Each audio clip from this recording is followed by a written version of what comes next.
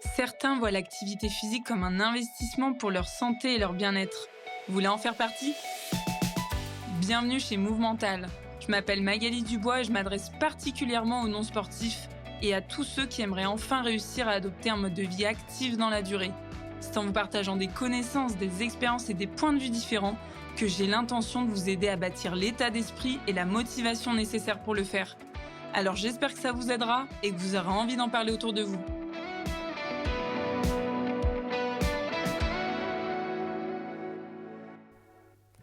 Si j'ai plus de charge mentale en me mettant à l'activité physique, est-ce que ça veut dire que je ne suis pas prête?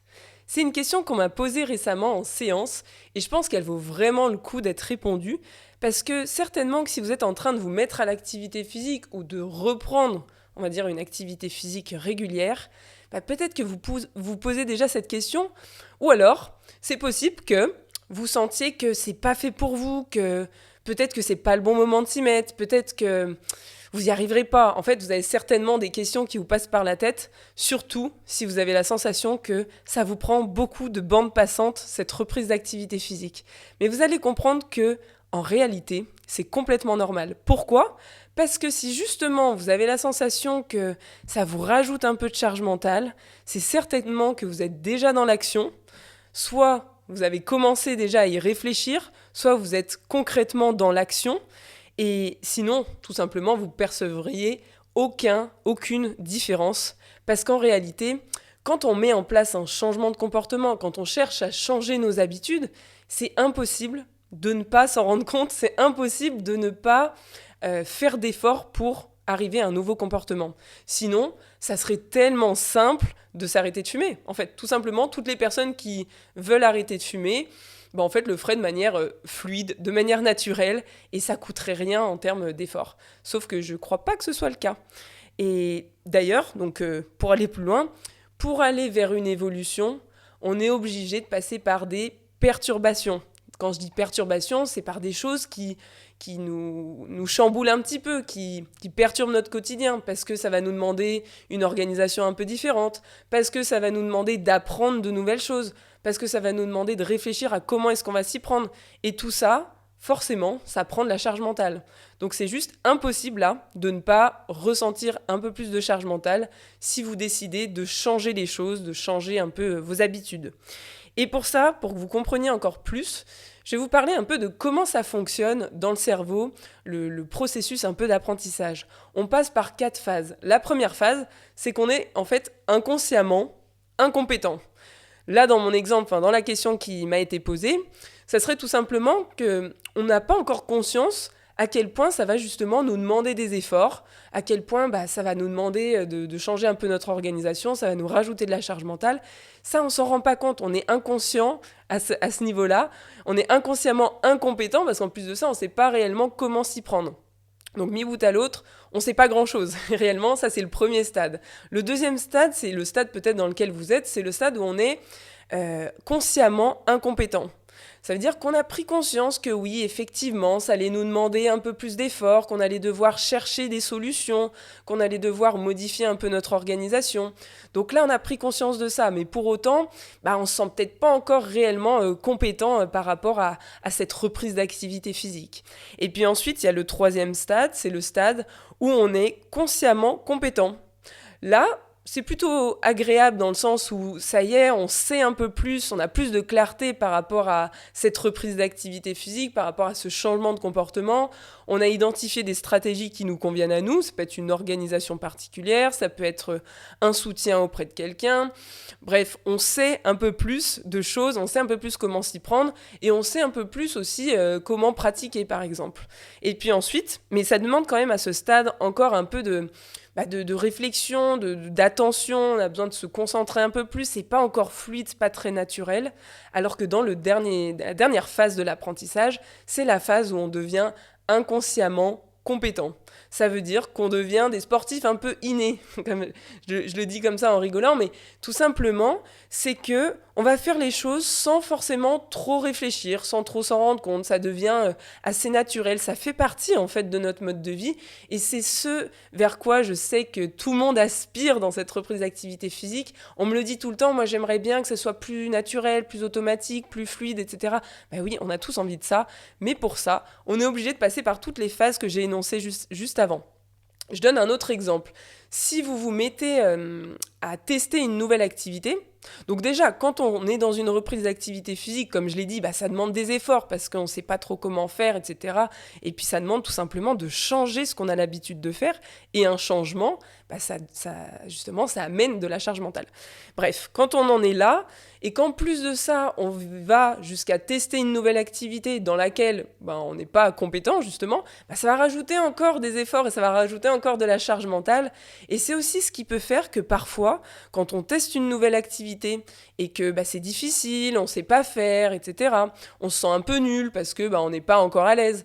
Et si on se compare, par exemple, aux voisins qui en font déjà depuis plus de séances que nous, on va avoir l'impression que c'est pas fait pour nous.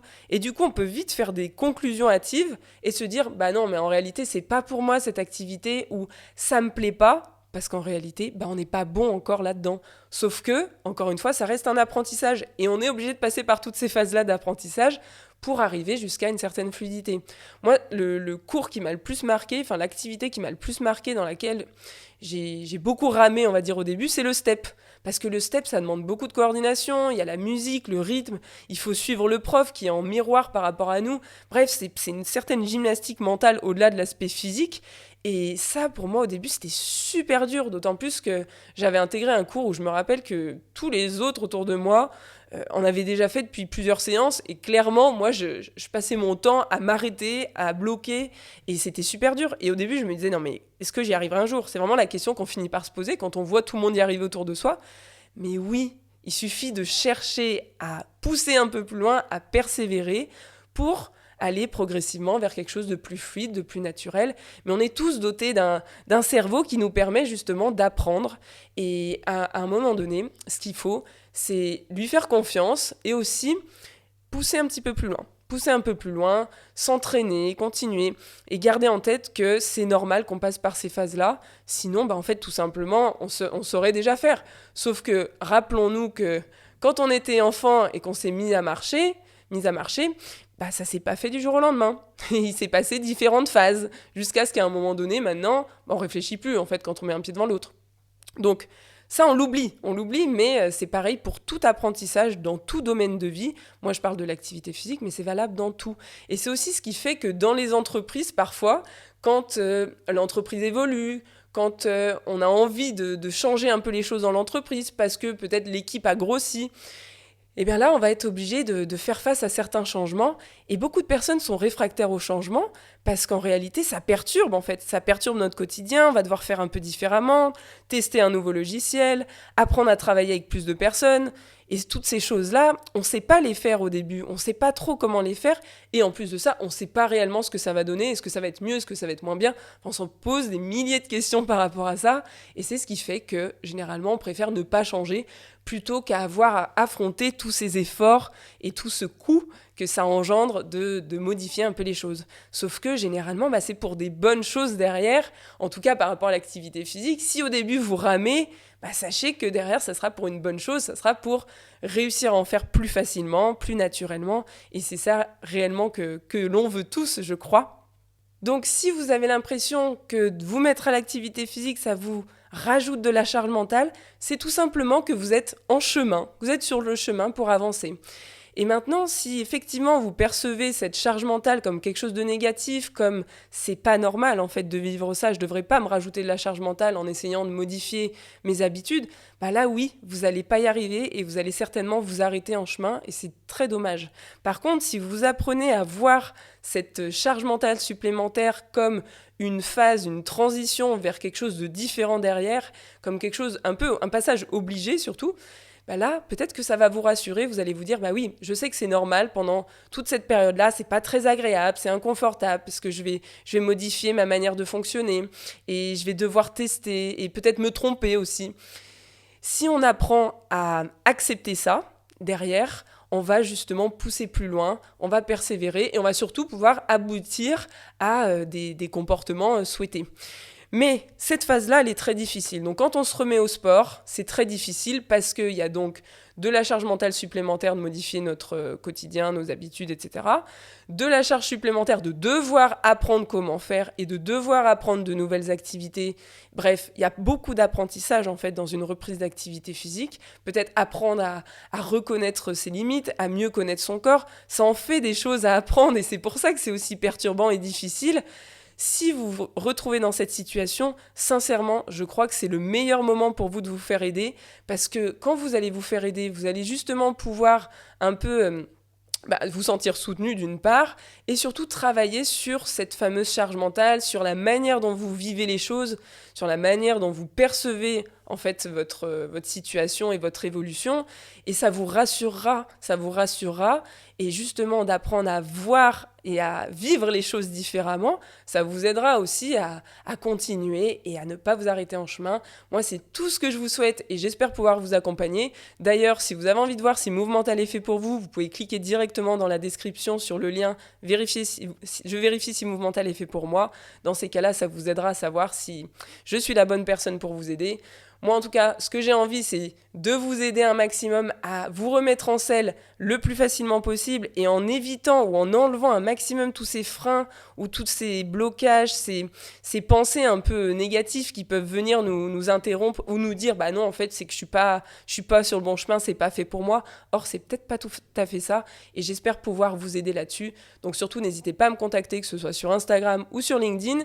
Si pour le moment, vous n'avez pas la sensation que ce soit nécessaire pour vous de vous faire accompagner, peut-être que vous connaissez des personnes qui ont du mal, qui se découragent, qui aimeraient bien en faire plus, mais qui n'y arrivent pas. Sincèrement, orientez-les vers le podcast Movemental. Je pense que ça devrait pouvoir les aider. En tout cas, ce serait vraiment dommage de s'en priver. Et pourquoi chercher à ramer seul dans son coin quand on peut y arriver beaucoup plus facilement en se faisant soutenir, en se faisant accompagner ? Moi, en tout cas, c'est ce que je me dis toujours. Autant réussir plus rapidement et plus facilement plutôt que de ramer et à un moment donné abandonner, arrêter ou en fait se faire du mal. Au bout d'un moment, on va déjà se faire du mal même si on le fait ensemble parce que justement ça rajoute de la charge mentale et qu'il y a beaucoup de trucs à apprendre.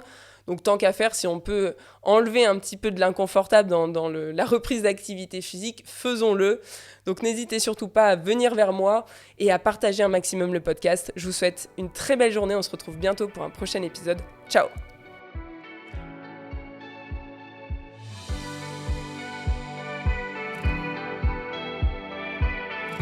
C'est tout pour aujourd'hui, enfin, presque. Avant de partir, j'ai 2 questions pour vous. La première, c'est quelle est la chose que vous pourriez retenir de cet épisode ? Et la deuxième, à qui vous pourriez la raconter ? En partageant ce podcast et en lui attribuant la meilleure note possible, vous inspirerez d'autres personnes à être plus actives. Et comme votre avis compte beaucoup pour moi, n'hésitez pas à me faire part de vos réflexions, j'essaierai de vous répondre. À bientôt !